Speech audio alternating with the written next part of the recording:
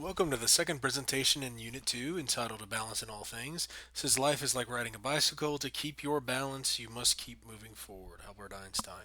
So the learning objectives are that you be able to define when a system is in equilibrium and that you be able to describe how equilibrium can be applied to a number of different physical situations. So, what you already know. You already know that physics is concerned with measuring fundamental and derived units. You know these measurements can change over time. And you should be familiar with the concept of chemical equilibrium from chemistry, where reactions continue to occur with no net change to reactants or products. So you have, let's say, 100 reactants and 50 products. This reaction will still go this way, but this reaction goes back and forth, so the 100 and the 50 stay the same. So here's what you learned in the lab. You learned that equilibrium can be established under multiple circumstances, including but not limited to motion, force, water flow, electric current, and so on. So, big idea number two, a system in equilibrium has no net change in a variable. So, equilibrium is the condition of a system in which all competing influences are balanced. There is no net change in a variable. So, for example, this is very similar to what you did in the lab. You're letting a certain amount of water into the container, but you're letting the same amount of water out of the container, which means that this has to stay the same.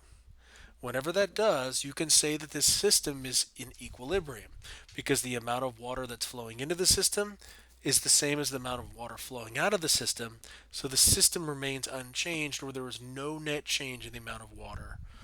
A system is defined as any portion of the universe that you want to study. So, for example, if you have a box and in that box you have 5 molecules, okay, that right there is your system. If that's what you want to study, is those 5 molecules. If you have a classroom and there's, I'm not going to draw a whole bunch of them, but let's say there's 3 people in a classroom for tutorials, and you want to study those 3 people in the classroom for tutorials, that's your system. So the system is defined by whatever the experimenter wants it to be. Now, where we get in trouble is we find an experiment that works for one system and we assume that it works for all other systems. Instead, you have to find that it works for this system, another system, the bigger system, and it keeps going on and on and on until you define it as actually working. So a lot of times when you see, well, studies say that da da da da da da, well, no, those studies said that for a particular circumstance, and it hasn't been generalized to all of the systems. So laws, like Newton's laws of motion that we study later this year, are applicable to all similar systems. So any system that we've defined it to be, Newton's laws will always work. Okay, net. Net refers to the total variable for that system. It's a combination of all the forces acting on an object. It's the combination of all the motions acting on an object. It's the combination of all the electricity or the current that's flowing through an object. And generally, when we say net, we use the Greek letter sigma to refer to it. So when I say sigma F, I'm referring to the net force, which is the sum of all of the forces acting on the object. When I say sigma rho, was a Greek letter P, okay, I'm saying what are all of the momentums that are acting on a system. When I say E, I'm saying what are all of the energies in the system. So net means the total of all that variable that's acting on the system. So an example of motion and equilibrium, you have a treadmill. If you look, the person is clearly moving, but at the same time they're not moving because the treadmill itself is moving the opposite direction. So you can say this person's motion is in equilibrium because there is no change. There is no change in the position of that person. So because of that, there's no change. It's in equilibrium. Another example is whenever you put one of these airplanes in a wind tunnel, they're generally released and you can see the air moving underneath the wings, but the plane stays where it is. There's zero net motion. Because there's zero net motion, there's no change in position, we say it's in equilibrium. Now, force in equilibrium is where objects are pushed and pulled from opposite directions. Equilibrium can give the illusion that there's no forces acting on an object. So, for example, if you have a box that's just sitting there on the table, a lot of people say, well, there's no forces acting on it. And then you bring up the idea, well, isn't gravity acting on it? And they say, well, yeah, gravity's acting on it, but that's it. Well, if there's a push downwards but there's no push upwards, it should move that direction. And so you have to bring up the idea that there's another force moving upwards. Now, we're going to talk a lot more about force and equilibrium later this year. But for now, it's just the idea that when a push and a pull cancel each other out, it's said to say the forces are in equilibrium. In other words, there's zero net force. And here's another example whenever you have an object being suspended by strings. In this case, all of those forces have to cancel each other out as well. Whenever we talk about hydrostatic in equilibrium, a lot of times we're talking about water towers, which is what your lab was mostly about, but it deals with fluids and the forces of fluids as they flow. Um, the stars are actually considered to be in hydrostatic equilibrium because the gravity that's pressing down in is canceled out by the pressure of the gas trying to escape out, leaving that in hydrostatic equilibrium. Water flowing into a tower has to equal water flowing out of a tower. Otherwise, either people don't get water or the water tower becomes too full and bursts. Okay. Next, we have energy in equilibrium, and with energy in equilibrium, um, what's going on here? The total energy of a system is always in equilibrium for an isolated system. That's actually something we'll talk about later this year, but the idea of the law of conservation of energy. And here you have two energies for a system, and you notice that as one goes up, the other one goes down. So as one increases, the other has to decrease because for any system, energy should be in equilibrium. In other words, you should have the same amount of energy regardless. You may have one energy go up, but the other energy has to go down to match it.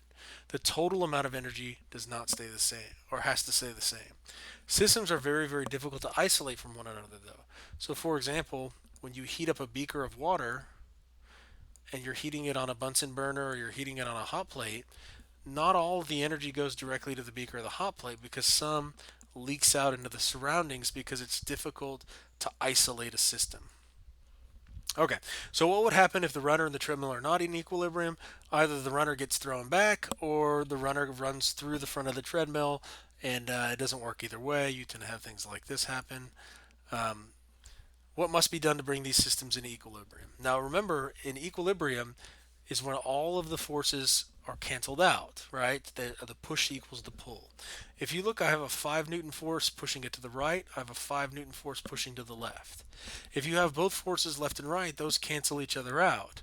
But I still have a 5 Newton force pushing down. In order to bring this thing into equilibrium, I would need a 5 Newton force pushing up. On this one, you have a 2 Newton force left, a 2 Newton force right, and those cancel each other out. Okay, you have a 5 Newton force down, you have a 2 Newton force up, you would need to add another 3 Newton force up in order to bring this thing into equilibrium so that they all canceled each other out. On this one, you have a 5 Newton force to the left, a 3 Newton force to the right, so you would need an additional 2 Newton force pushing to the left. You would additionally need another 2 Newton force pushing down. You need to look at the arrows to see what direction they're going. And then finally, you have this one right here, 5 newtons to the left, 5 newtons to the right, 2 newtons up, 2 newtons up. This one is already in equilibrium. Finally, it says the arrows in the picture below represent forces. Is the system below in equilibrium? Now, this is a really tough question, but you're just bringing up the idea of, is there a way that you can get these forces to cancel out? And most people say no, because you have this downward force and you have an upward force, and you got a force right, but you don't have one to the left. And it doesn't quite work out that way. Like if you were to take this right here, and this right here, and this right here, you can think of this force right here, and we'll get into more of this when we talk about forces. You can think of this as two forces, this arrow right here, because it's got two parts. It's got a part that goes down like this, and it's got a part that goes down like this. Well, now it's a little bit easier to see. Instead of thinking of it as the one force, but the combination of the two, you can see that this force is canceled by this force, and this force is canceled by that force. So just because there are three forces does not mean the system is not in equilibrium. It can be, as long as the components end up breaking working together to cancel out to be zero. And like I said, you will get some practice with that when we talk specifically about forces. But for now, you should just understand the concept of equilibrium being balancing everything out.